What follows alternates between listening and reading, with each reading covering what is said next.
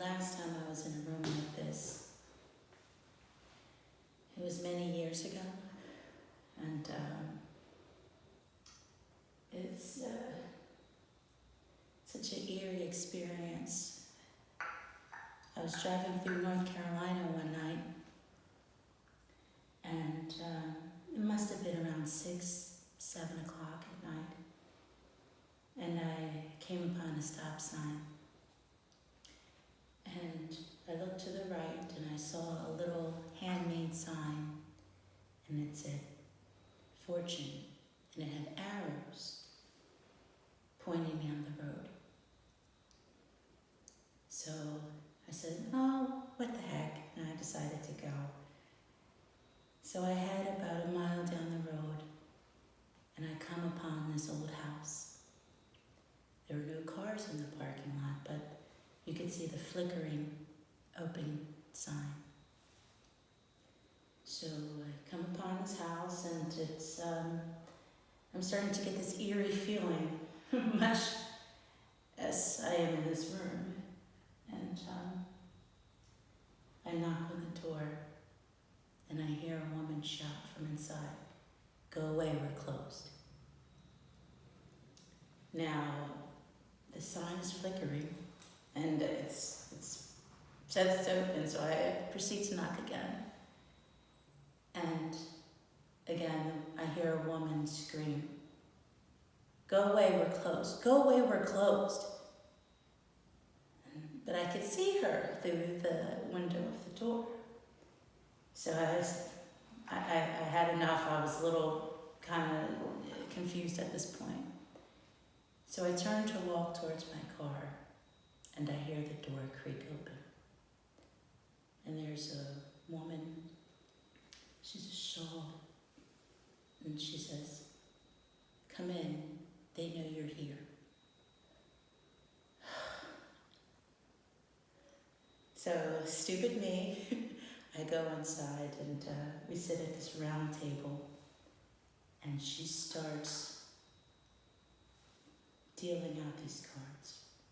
One by one, she's placing these cards on the table. She doesn't give me the meaning of the cards, doesn't utter a word. And she must have gotten upon the 5th or 6th card, and she looks at the card and she looks at me. And she looks at the card and she looks at me. And then she jumps up and walks out of the room. At this point, I'm shaking. I'm shaking now thinking about it. And so I go to leave, because at this point I'm just I'm done. I don't even know what to think. And as I go to leave, I see a lantern coming towards the house, and a dark figure. And the fortune teller screams, "She knows you're here. Welcome home." And I run up these stairs of this old house, and I just shut the door, and I'm opening the windows trying to escape. And all of a sudden, power goes out. There's no lights in the house. And the fortune teller screams, "Welcome home. Welcome home, welcome home." That's all she says. And I'm just, I don't know what to think. I'm just trying to get out of here, thinking I made such a wrong decision. Why did I come to this house? Why did I need my fortune told? It was just all these emotions and thoughts going on and on inside my head. And then I see the lantern across the room. And an old woman holds it up. And I can see her face. Her eyes are pale blue, and she just looks so worn and so tired and so scary. And I jumped back, and as soon as I jumped back, she grabbed my arm and she pulled me down the stairs. And we're going down the stairs and we're going out the back door into the field. And we come upon, it must have been a shed or an old cabin, and I see a firelight inside of it. And she says, "Do you see her, girl? Do you see her?" And she kept calling me girl, and she was just shaking me. And I said, "No, I don't see anyone. I don't see anyone." "Do you see her, girl? Do you see her?" She gets so mad at me as if I have no idea what she's talking about. And I don't see anyone. And she's just so angry and frustrated. And once she let go of my hand, I ran back towards the house, towards my car. And as I get closer to my car, I see a man sitting on the fence. And he says, "Sarah, just tell us where she is." And I'm thinking, now, how do they know my name? How does he know my name? I've never been here before. I just don't know what to do. "Sarah, where is she? Tell us where she is." And I run straight to my car, and I'm digging through my purse looking for my keys, and I'm so frantic, and I get a little tap on my shoulder, and I turn around and I see this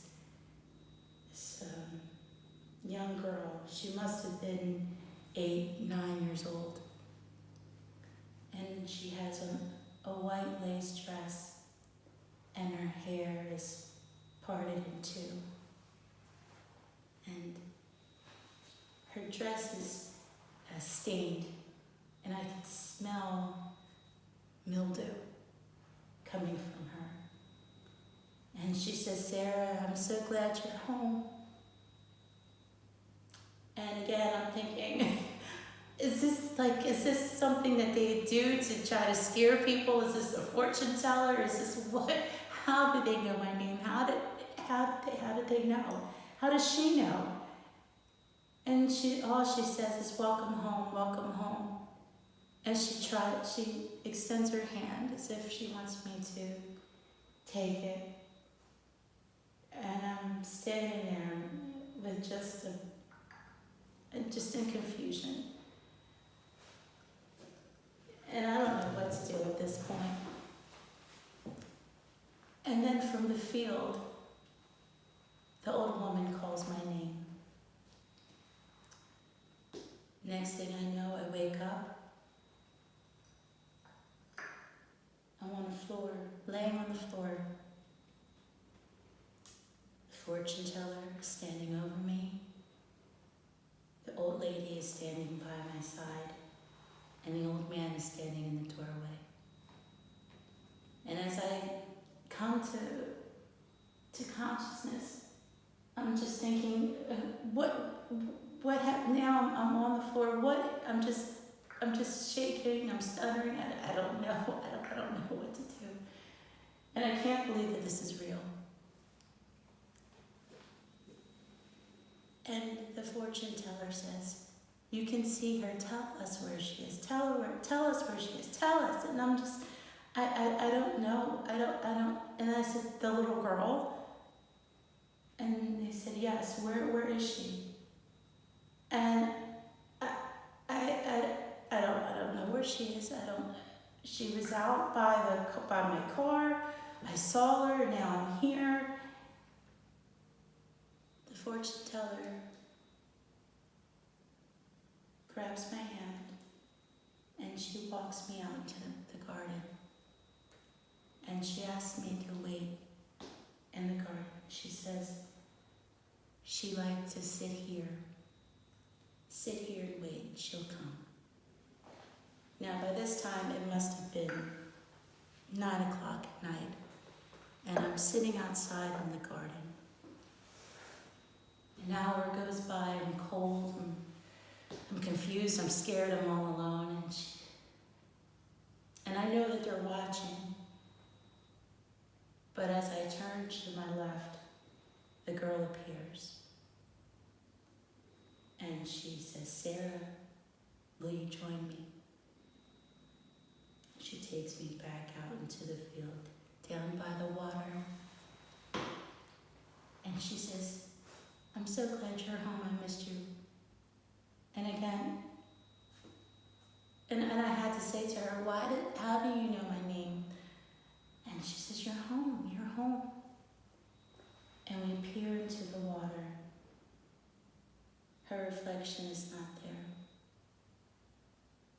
My reflection is there. And I'm just so scared. I'm just so scared. I don't know what to do at this time. And she falls into the water. I jump in trying to save her, even though I don't even know if this is real, but I'm jumping in trying to save her. And she says, "Say my name, Sarah, say my name." And I'm just,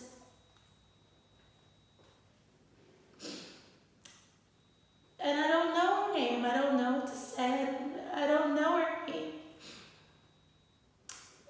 But then I see a series of cards, tarot cards, floating in the water. And the cards said, "Alice." So I read the card. I said, "Alice?" And the girl disappears. I look back at the house. The lights are flickering. I run, I jump out of the water, I run, and I never look back. I never look back. Several days later, I contacted my grandmother, and I told her that I was traveling through North Carolina, and I didn't tell her details, but I told her that I went to this fortune teller. And she asked me for the address.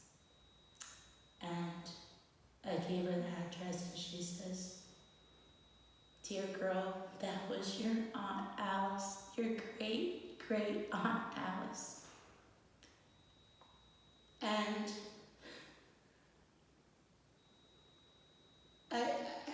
the phone, I was holding the phone, but I was just, she says, "She drowned there, and that is why they kept saying that you were home."